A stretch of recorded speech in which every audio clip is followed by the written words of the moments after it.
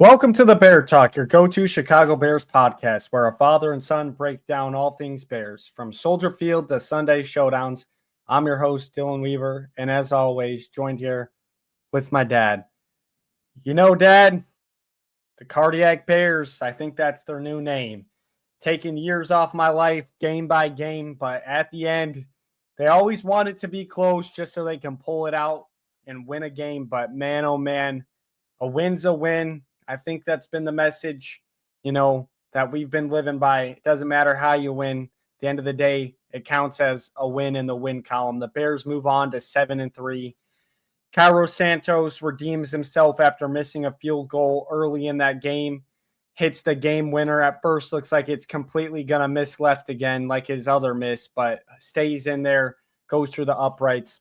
Cairo Santos hits the game winner for the Bears. Yeah, I got to give a shout out to Magic Johnson on this one because he's got a great quote about the Bears, right? And he says, in life, winning and losing will both happen. What is never acceptable is quitting. These Bears just don't quit, right? I mean, how many of these games we're going to have with 2 minutes, 50 seconds left on the clock, and they come back and find a way to win?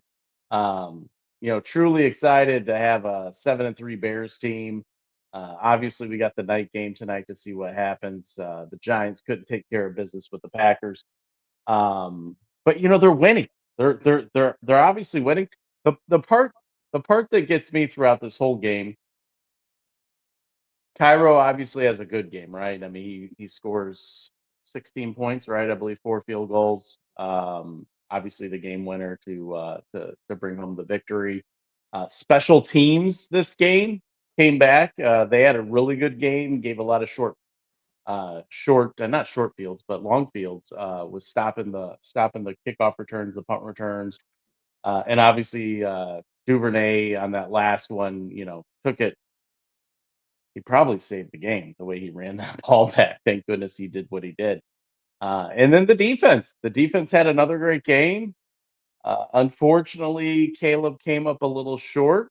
But you know what? We won. So we're going to take the win, whether you win by 35 points or you win by 3 points. A win's a win. That's all that matters in this league.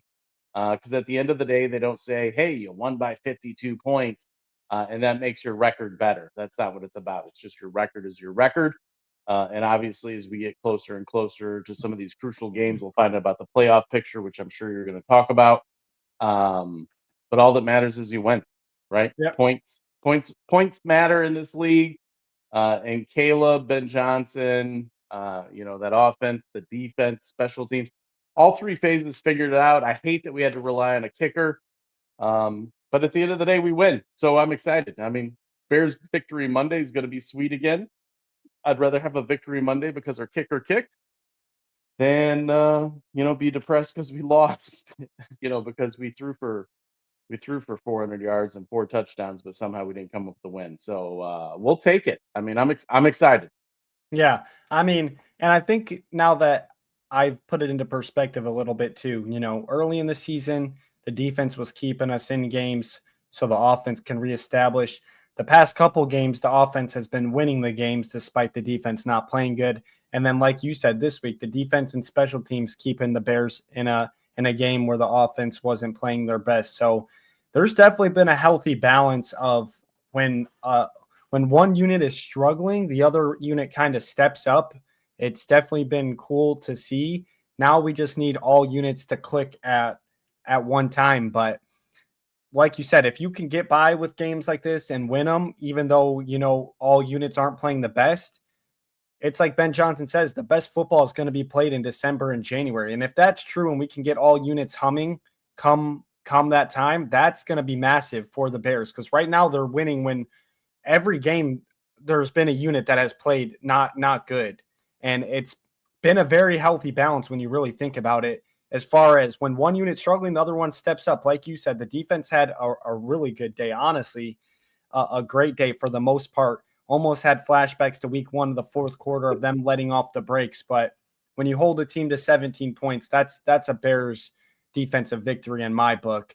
If we would have ended up losing this game, 17-16, I would have definitely looked at the offense because you got to score more points. But, at the end of the day, like you said, shout out Devin Duvernay. He hasn't done anything all season, but when we needed him today, he found a way, and that's been the message. The Bears always are finding ways this year to win a game. It's always somebody, some unit, a person, a player stepping up, making a play when it needs to be made. But like you said, like Ben Johnson said, don't feel bad for winning. Winning in the league is hard, and we know that as Bears fans. We've been on the other side of this multiple times. It feels good. That was a huge game in the division. Now we're 1-2 in the NFC North. And like we talked about in our pregame, the Viking season after that is probably over. The NFC is really strong this year. It's looking like you're going to need 10 wins to get in.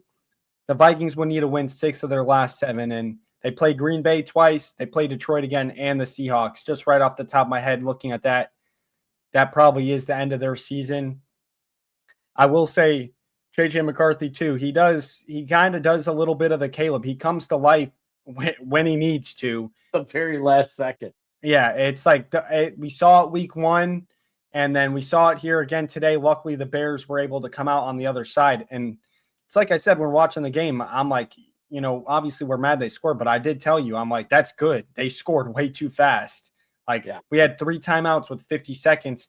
Granted, we don't know. Maybe Devin Duvernay doesn't get that far. Maybe we don't know how the game finishes out, but you still had 3 timeouts. That's plenty of time of what we've seen Caleb do in the past. So you never really know, but I'm honestly happy they scored that fast because otherwise it might have been a different ending to that game than what we saw today. But nonetheless, a win's a win. Let's hop into it like we always do on our post-game shows with, the breakdown in here of just going over the key stats of the game. We'll start with the team stats. Total yards today for the Bears, 320 yards to the Vikings, 265. 0 turnovers for the Bears, where the Vikings did have 2 turnovers. 19 first downs for the Bears. 6 penalties today for 40 yards. Definitely it jumped from last week, but 6 is manageable. They've been in the high double digits this year, and that's where it can really hurt you. 6, yes. And 2 of them off the top of my head are illegal formations on the offense where we were not lined up correctly, covering up the tackles on the line. Those were 2 of the penalties off the top of my head. Some other ones in there as well. 3rd downs today, 7 for 18, a little under 50%. 4th down conversions, we didn't have any today. The red zone, we were 1 for 2 today, 50%. Not bad, but still needs to be a little bit better. And then this stat's crazy. The Bears possessed the ball for 37 minutes of the game to the Vikings 23. This game definitely shouldn't have been as close as it was. And like you said, we kind of, a lot of times in their territory, we did have to settle for field goals. Not in the red zone, because as you see, we're 1 for 2 in the red zone, scored 1 touchdown of the red zone trips, but got to find a way to not convert. We got to find a way, instead of settling for field goals, to settle for more touchdowns. We can't be kicking 5 field goals a game, especially when you start playing against some of these better teams. But nonetheless, a win's a win. We'll hop over into the offensive side of the tape. Caleb Williams today, 50% completion percentage, 16 for 32, 193 yards. The Vikings finally were able to bring him down. He hasn't been sacked. He still had some crazy invasions today, but he did get sacked twice today, but that's manageable. That's last year. He probably would have had 8 sacks in this game. 2 sacks today for him. 193 yards, like I said.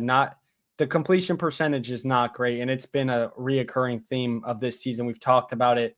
We want to see it get at least in above 65%, and it's kind of always teetering low or high 50s, low 60s, but today 50% in there. Not particularly great. On the rushing side, DeAndre Swift led us today, 21 carries for 90 yards, averaged 4.3 yards a carry. Caleb Williams had 26 yards on the ground as well. But overall for the team, 39 carries, 140 yards, 1 touchdown, obviously by Kyle Monange on our touchdown drive. And then in the receiving, people that stand out, Cole Kmet, we said it during the game, 5 catches today, 45 yards, broke a lot of tackles today too after catching the ball, yards after catch was great by him. Roma Dunze, 2 catches for 41 yards. And then the other tight end, Colston Loveland, 3 catches for 40 yards as well. So those are pretty much the 3 key receivers. And then Luther Burden had 3 catches as well, had a huge drop in the game as well. Probably could have been closer to 50 yards, but finishes with 27 on the day. DJ Moore, Kyle Monungai, Durham Smythe all had 1 catch for all combined for about 40 yards in there. Let's start with the offense. Let's talk about them because they struggled today for sure. It was definitely, they've been playing pretty good these past 2 weeks. Brian Flores is obviously a tough defense, but even so, it didn't look great for the first quarter, especially. It was really rough watching the offense out there. And, I did say it during the game that I wanted to see them run a little bit more because especially late in the game, they were gashing them for 6-7 yards a carry, and then we would call a pass play. I do feel like, don't get me wrong, I love Ben Johnson. He's been great, but you got to feel the hot hand in here. The Bears rushing was hot, and Caleb was cold today. He was cold for the first half. I would say the second half he played a lot better, but the first half Caleb was ice cold, and we weren't really relying on that run game as much as we definitely should have. We're second in the league in rushing yards per game. And I just didn't feel like, we did have 140 total yards today, but still, I feel like we need to run the ball a little bit more, especially like we talked about with Grenard being out. Yeah, I'll say a couple things. One, Iceman, as they called him last week, definitely was Iceman, like a stone statue back there, couldn't complete a pass. But we only won 5 games last year, right? We're 7 games. We're 2 games above that. We're winning games. I know a lot of the Bears fans out there are frustrated or upset, but the point is we're winning, right? It Yeah. doesn't matter how you win. It can be decisive wins. It can be ugly wins. As long as you win, you win. You get to move on. You continue to improve that record. I in the pregame show was expecting a big game out of Caleb just simply because we're playing in a dome. There was no weather factor, and it should have been one of them games that we saw, like a Bryce Young performance today with 400 and something yards and 4 touchdowns. But that didn't happen. But we won, so that's all that matters.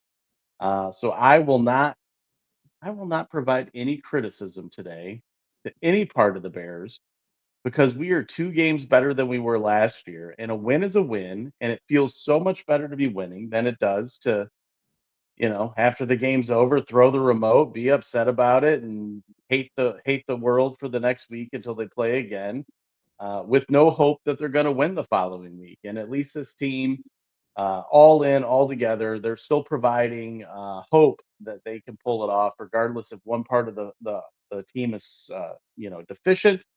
Another portion of the team finds a way to put us in a position to win. So we'll take the win. We'll be excited about it, and we'll go from there. We prepare for next week. We got the Steelers. We're done with this game. Short-term memory, put it behind us, and game plan for it. Get in some good practices. Hopefully, get some more people healthy again, because we're going to need them. I mean, 7-3. Yeah, we are definitely going to need them. That's for sure. And like you said, it's when you win, it is hard to criticize, but it also, I've heard Caleb and Ben Johnson say this a lot too.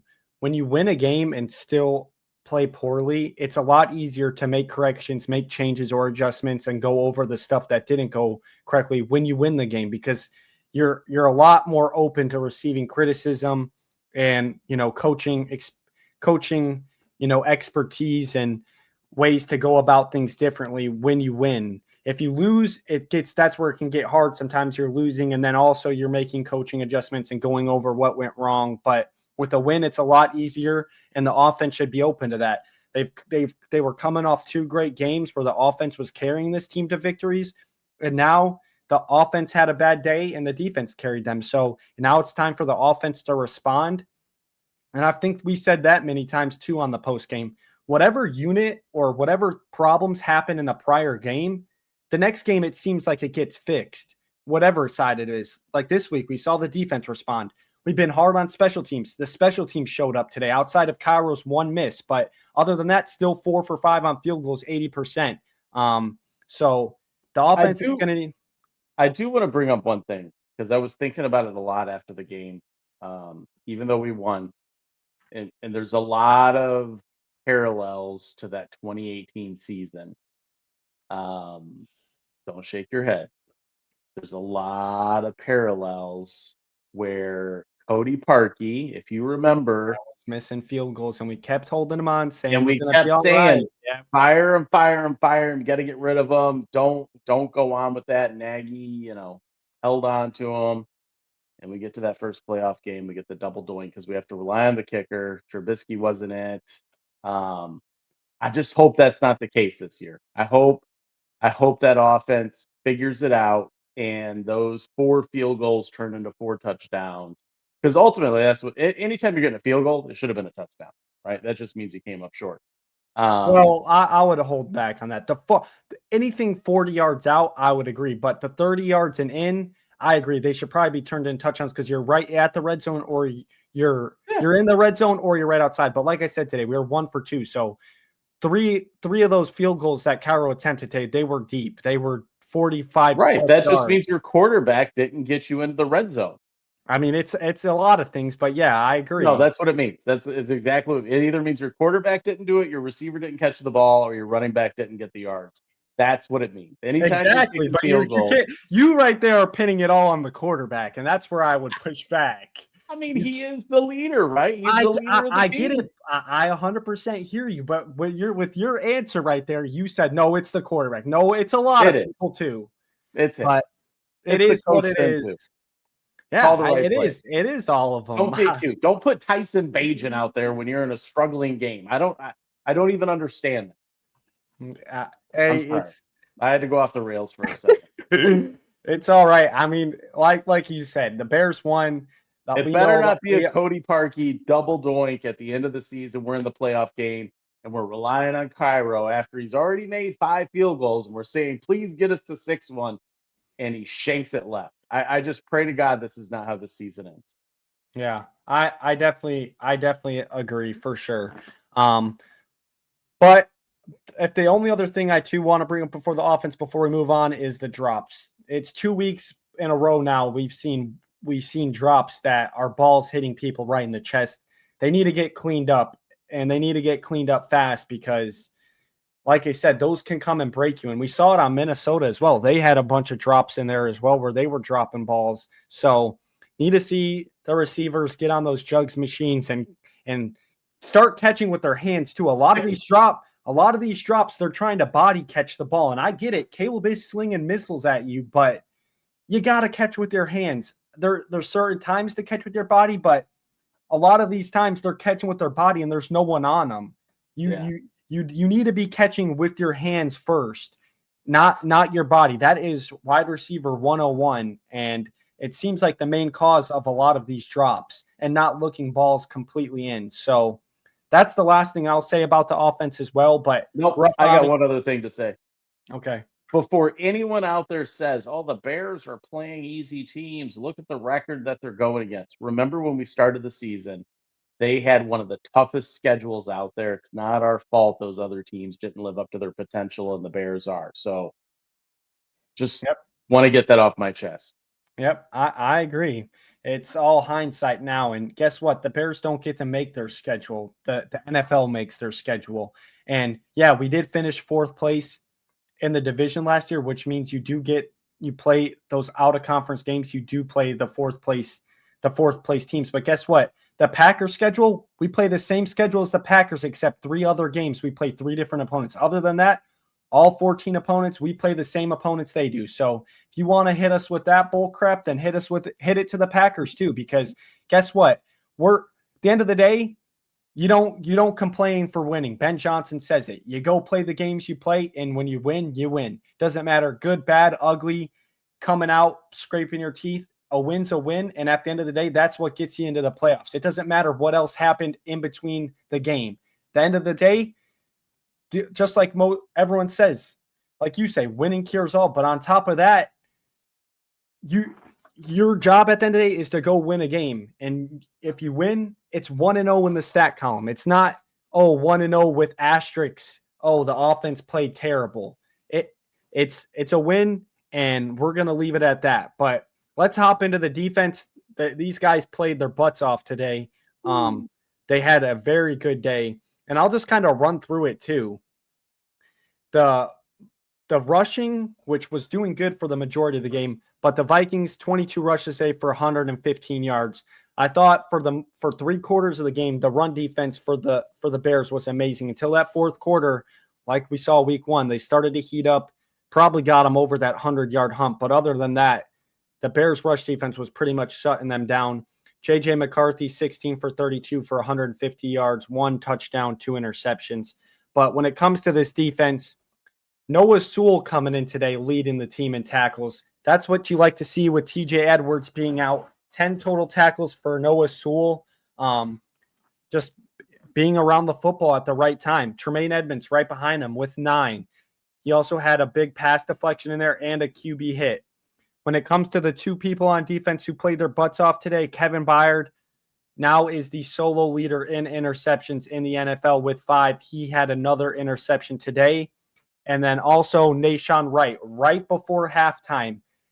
Looks like Nashon Wright's the receiver. High points the football, catches it with his hands, tucks it in, gets an interception before halftime. So Kevin Byard and Nashon Wright playing 2 big games today. And also, just on top of that too, Justin Jefferson, star receiver, 5 catches for 60 yards today. That's a pretty good job by this Bears secondary who is beat up. And speaking of our secondary, Tyreek Stevenson went down today, didn't finish the game, tried to come in there at the end, played 1 play, and just wasn't feeling right. It's good to see him at least get back on the field and try, which makes me feel like this isn't going to be a long-term injury. He probably could be back next week. They might give him a week off just to see where he's at, but definitely hope he's going to be all right, because if he's gone too, that's a huge loss. And we got Jalen Johnson, like we talked about. He's coming right around the corner here pretty soon. But pretty cool stat for the Bears.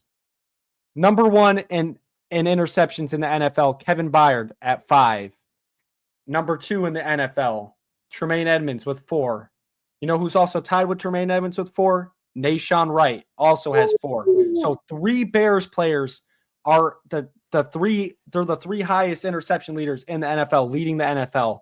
This Bears defense continues to take the ball away. They do get gashed at times for big plays, but it seems like when the time needs to happen, they get these turnovers and make plays. So I definitely want to shout out this defense, because for the most part, like I said, it was similar to week 1. For 3 quarters, they played definitely terrific. That fourth quarter, it got a little scary, but they definitely got the win for this Bears team today. Yeah. Speaking of injuries, and I the flawed individual in me wants to look ahead just a little bit and peek behind the curtain, right? Aaron Rodgers didn't finish the game today. He had blood on his hand, injured wrist. You look at Warren, the running back, ankle, didn't finish the game today. And then in their secondary, Jalen Ramsey ejected, I believe, for a fight he got into with Jamar Chase. So potentially not playing next week based on that. I was about to say, if he threw a punch, he might actually miss a game next week. I think that's what it is. I'm not sure on the 100% details of it, but I just know those are 3 key components of the Steelers next week. And while they did beat the Bengals handsomely, it wasn't a 50-second left win that we. It was, I will say, and I had the game on in the background. It was close though for the majority of that game. And at the end, they started, but I don't even. I want to play Aaron Rodgers. I hope he's ready next week. I do not want to be. I mean, it helps the Bears out for sure, but the amount of ass beatings Aaron Rodgers has done to us in my lifetime growing up, I want him to play, and it will be at Soldier Field, and I want to send. This is probably the last season of the NFL he ever plays, and what better way for the Bears to, at the end of the day, they beat him on his last game or his last season in the NFL. The team that He does. He so and so owns. I own you guys. His famous line. Yeah, He with he his does. stock. But we definitely hope. I hope he does play. But if he doesn't, like you said, the Bears can't control that. We've dealt with our injuries. We've dealt with plenty of them on our defense. So you can't control injuries. Next man up. We'll see what happens with that game next week. But this defense, man, they're just playing. What a bounce back for them. The past couple weeks have not been good for this defense, but today they found a way to make plays when they needed to happen. I will say too, it definitely helped when JJ McCarthy was throwing the ball way over Very receivers' erratically. heads when they're wide open. But the defense, Well, Caleb was too. yeah, he definitely was 100%. But it definitely helped the defense out, and the 2 takeaways were massive though, and probably decided the game for sure. But I think that's really it. We didn't have any sacks today, which don't like to see. We did have a bunch of quarterback hits though. I'm seeing right here, Grady Jarrett had a QB hit, Montez Sweat with another QB hit, Booker and Jaquan Brisker and Tremaine Edmunds all had a QB hit, 5 total. So we were close, but didn't get a sack today, which you don't like to see because, as much as he was holding the ball with JJ and struggling to find people out there, we weren't able to get a sack. But nonetheless, the defense gets 2 big takeaways, which probably decided this game. Yeah. Like we said in the beginning, right? A win's a win. We'll celebrate it. Got Bears victory Monday tomorrow. We'll game plan for the Steelers next week. I'm going to go ahead and pick my player of the game because my pre-game predictions were horrible. Caleb didn't live up to the billing. The score didn't live up to the billing. And Tyreek Stevenson, he had a rough game, and especially getting injured, even more rough. Player of the game for me is the fans. We keep hanging in there. And just keep rooting them on. And you in the beginning of the game today, we're having a heart attack, right? Because oh my God, what are we doing? We're not going to make it. And I'm like, Dill, it's gonna be a last minute win again. No, you were And begging for it in the call. I wasn't begging for it. You were. I just knew that's the way the Bears play. It's gonna be that way.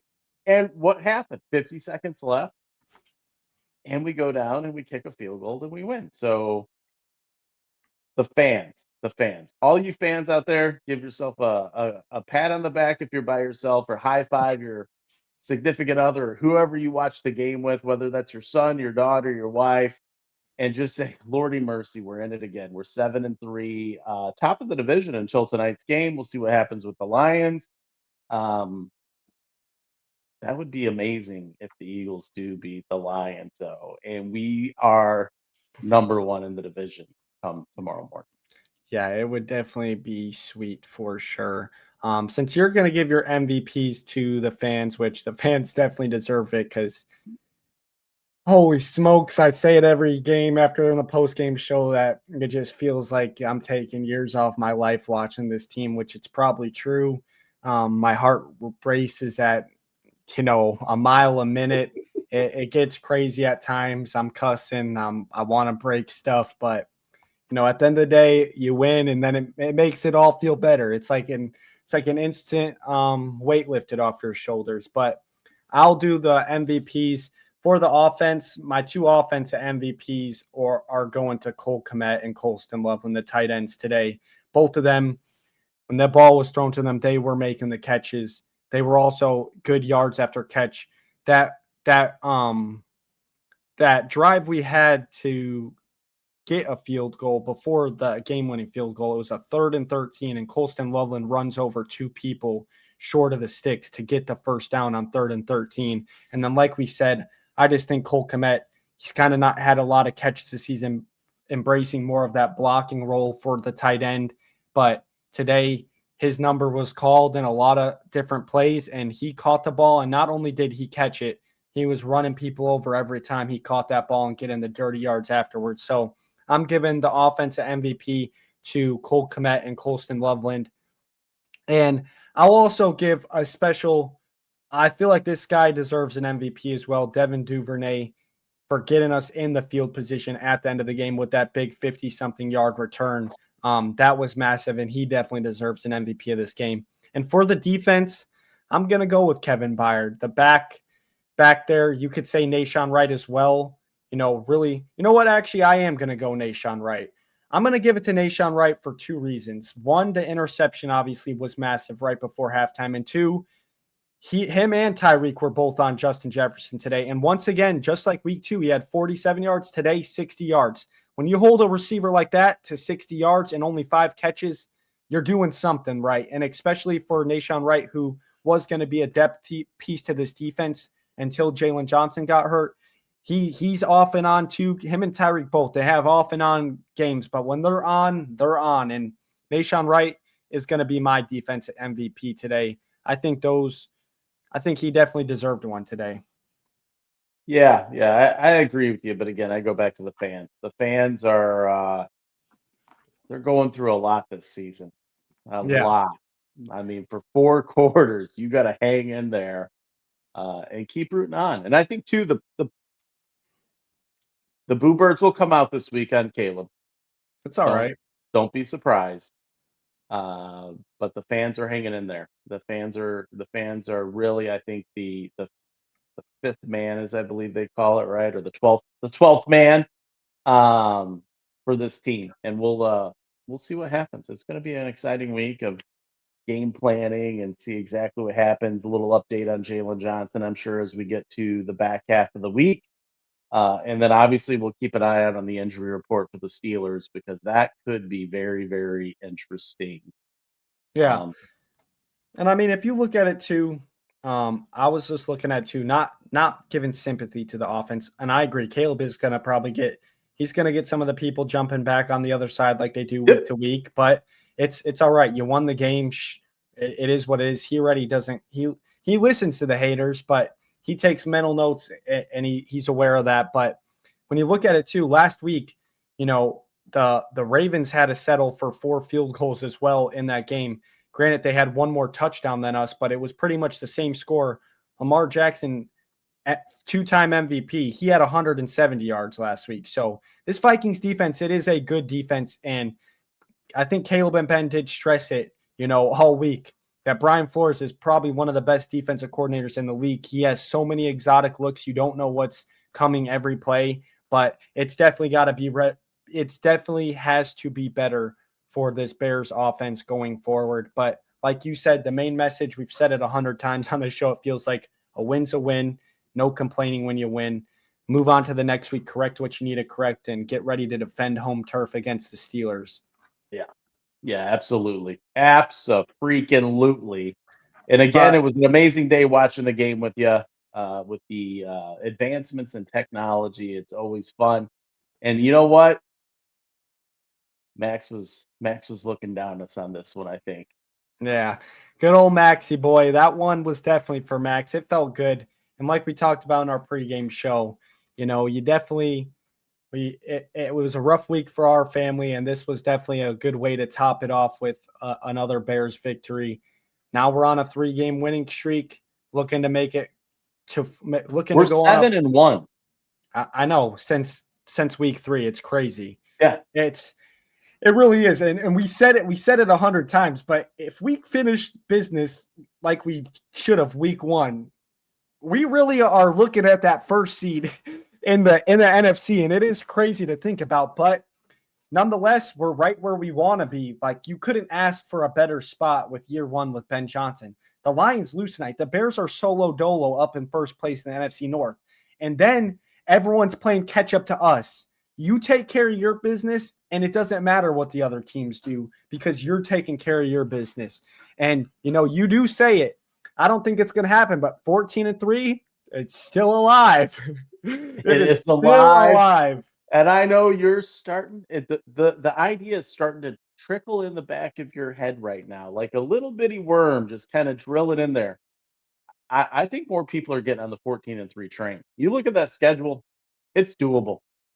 Yeah, I mean, it's doable for sure, but it's going to be a tall mountain. But if there's anybody that can climb up that mountain, it's these Bears. This year, this culture, this Ben Johnson effect, I don't know what it is. I'm just ready to get off of here and go watch the Good, Better, Best video in that locker room because that always gets me fired up. And I want to say too, before the game, we were both watching that little Caleb segment they did. It was really cool to see. They had a bunch of clips put together of them interviewing him, playing these clips in the background of how he's talking, how Ben Johnson and him are talking. It's just really cool to see.